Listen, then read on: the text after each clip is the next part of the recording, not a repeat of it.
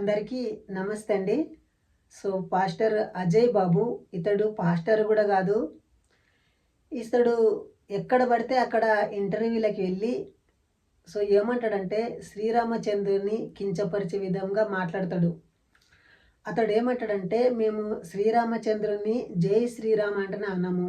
ఎందుకనమంటే అతడు చనిపోయాడు. చనిపోయిన వ్యక్తికి మేము జై శ్రీరామ అంటని అన్నాడు అంటని అంటాడు. యేసుక్రీస్తు కూడా చనిపోయాడు కదా, మళ్ళీ అతనికి జై క్రీస్తు అని అంటారు కదా. చూడండి ఎంత వీళ్ళు ట్రాన్స్లో ఉంటారంటే యేసుక్రీస్తుని హెచ్చిస్తుంటాడు, శ్రీరామచంద్రుని తక్క చూపు చూస్తుంటాడు. ఇలా పక్క మతాన్ని దూషించే వచనాలు వాళ్ళ బైబిల్నే ఉంటాయి. వాళ్ళు ఎప్పుడు చూసినా కానీ హిందుత్వం మీదనే పడి ఏడుస్తూ ఉంటారు. వాళ్ళ బైబిల్ కానీ అది చేతిలో పట్టుకొని ఎవరు కానీ చెప్పనీకే శాత కాదు. ఎందుకంటే వాడట్లా ఈడిట్లా, యేసుని నమ్ముకుంటే స్వర్గం పోతాడు, యేసుని నమ్ముకుంటే నరకానికి పోతాడు అని ఈ సోదె కబుర్లే చెప్తారా తప్ప పనికొచ్చే విషయాలు చెప్పడు. ఈ అజయ్ బాబుకి ఏం అవసరం అండి? శ్రీరామచంద్రుడు చనిపోయాడు, అతనికి మేము జై శ్రీరామ అనము అని అంటున్నాడు. చూడండి బైబిల్లో కూడా యేసుక్రీస్తు చనిపోయాడు. చనిపోతే అతన్ని ఎత్తుకొని పోతారు. ఎత్తుకొని పోయేటప్పుడు మగ్దలేని మరియమ్మ చూస్తుంది. చూసి ఇంటికి వచ్చి చెప్తుంది. ఏమంటుంది, మన యేసుక్రీస్తుని ఎవరు ఎత్తుకుపోయిరి, సమాధిలో లేడతని, నేను సమాధికి వెళ్ళి అతనికి యాంటీబయాటిక్ అంటే అతనికి అత్తరు నూనె పూస్తుంటే బాడీకి అని చెప్పింది. అప్పుడు ఏం జరిగిందంటే వీళ్ళు వెళ్ళి చూడండి అక్కడ బాడీ లేకుంటుంది నిజంగా. ఈమె చూస్తుంది, అక్కడ రాయబడ్డది మత్తయి సువార్త యోహాను సువార్త 20వ అధ్యాయంలో అక్కడ రాయబడ్డది. కొన్ని వాక్యాలు మీకు వినవచ్చానండి, చదివి వినిపిస్తాను. చూడండి, మీరు రియాలిటీ తెలుసుకునేలే. చాలా తొందరగా ముగిస్తాను వీడియో.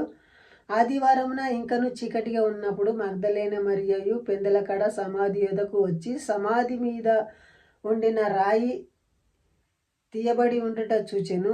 గనుక ఆమె పరిగెత్తి సీమోను పేతురు యొద్దకు, యేసు ప్రేమించిన మరి యొక్క శిష్యుని యొద్దకు వచ్చి ప్రభువు సమాధిలో నుండి ఎత్తుకొని పోయిరి. చూడండి ఇక్కడ ఏముండదు, క్లియర్గా ప్రభువు సమాధిలో నుండి ఎత్తుకొని పోయిరి, ఆయనను ఎక్కడ ఉంచిరో ఎరుగమని చెప్పెను. ఈమె ఏం చేసిందంటే అక్కడున్న సమాధిలో నుండి యేసుక్రీస్తుని ఎత్తుకపోయేటప్పుడు చూసింది. అతన్ని ఎక్కడ పెట్టారో తెలియదంట వాళ్ళకు. ఆ తర్వాత వీళ్ళేం చేశారంటే యేసుక్రీస్తు బతికినట్లు వాళ్ళొక బతుకుదేరువు కోసమయ్యి ఒక సొంతంగా బైబిల్ క్రియేట్ చేశారండి, కొత్త నిబంధన ఈ బైబిల్ని. ఇలాంటి బైబిల్ని క్రియేట్ చేసుకొని సువార్త ప్రారంభించుకుంటూ రకరకాల ప్రపంచంగా పారింది ఇది. చూడండి, ఇప్పుడు యేసుక్రీస్తు చనిపోయాడు, అతన్ని ఎత్తుకొని పోయారు అని బైబిల్లో క్లియర్గా మీకు చూపించాను కదండి. అదేవిధంగా మన శ్రీరామచంద్రుడు కూడా ఆయన చనిపోలేదు. ఆయన ఏమంటాడంటే ఈ అజయ్ బాబు ఏమంటాడంటే అతన్ని చనిపోయాడు, ఆత్మహత్య చేసుకున్నాడు అంటున్నాడు. ఇది ఎంత విడ్డూరము! ఆత్మహత్య ఎవరిని చేసుకుంటారు? అతను ఆత్మహత్య చేసుకోలేదు. దయచేసి కొన్ని మాటలు మీకు చదివి వినిపిస్తానండి. అతని యొక్క జనన మరణం ఎట్లయిపోయిందంటే చూడండి,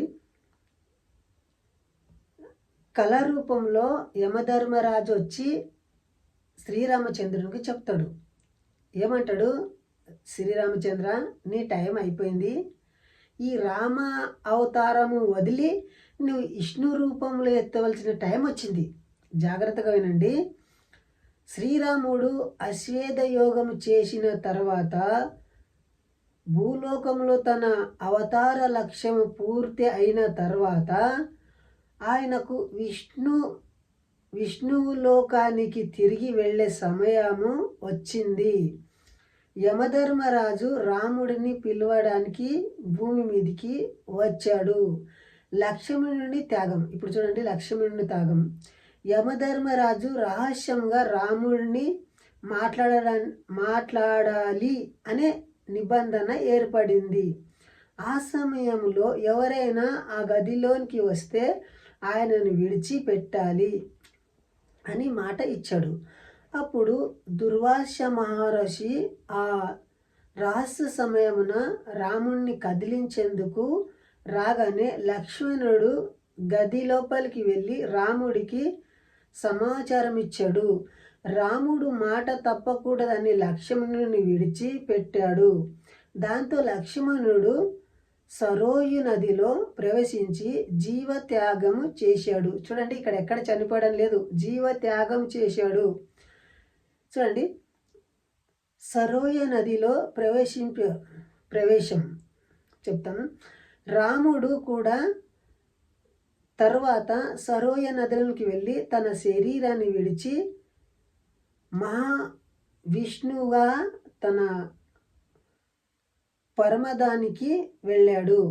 దీన్నే ఆయన మరణము లీల సమాప్తి అని అంటారు. ఇది సాధారణంగా మనుషుల మరణంలాగా కాదు, ఆయన స్వచ్ఛంగా అవతారం ముగించాడు. చూడండి, సరళమైన మాటలు చెప్పాలంటే శ్రీరాముడు ఎవరి చేతిలోనూ చనిపోలేదు. చూడండి, యేసుక్రీస్తు చాలామంది హింసించి ఆయనను కొట్టి చంపారు, కానీ శ్రీరామచంద్రుడు ఎవరి చేతిలో కూడా చనిపోలేదు. భూలోకములో తన పనులు పరిపూర్ణగత పూర్తి అయ్యాక సరోయ నదిలో ప్రవేశించి మహావిష్ణు లోకానికి చేరాడు. చూడండి, ఇంత చక్కగా వివరించబడ్డది. సో వీడియో ఇంతేనండి. మీకు గాన అర్థం కాకపోతే మళ్ళీ మళ్ళీ వినండి. వీడియో మాత్రం మీరు షేర్ చేసి, లైక్ చేసి, సబ్స్క్రైబ్ చేయండి. సో మళ్ళొక చిన్న మాటనండి, ఇక్కడ మీకు అర్థం కాకపోతే మీరు కామెంట్ రూపంలో చెప్పండి, మరింత వివరంగా నేను చెప్తాను. సో మీరు లైక్ చేసి కామెంట్ చేయడం మర్చిపోకండి. ఒక విషయం చూస్తే శ్రీరామచంద్రుడు ఆత్మహత్య చేసుకోలేదు. లక్ష్మణుడికి చెప్పాడు, నీవు లోపలికి రావద్దంటనని.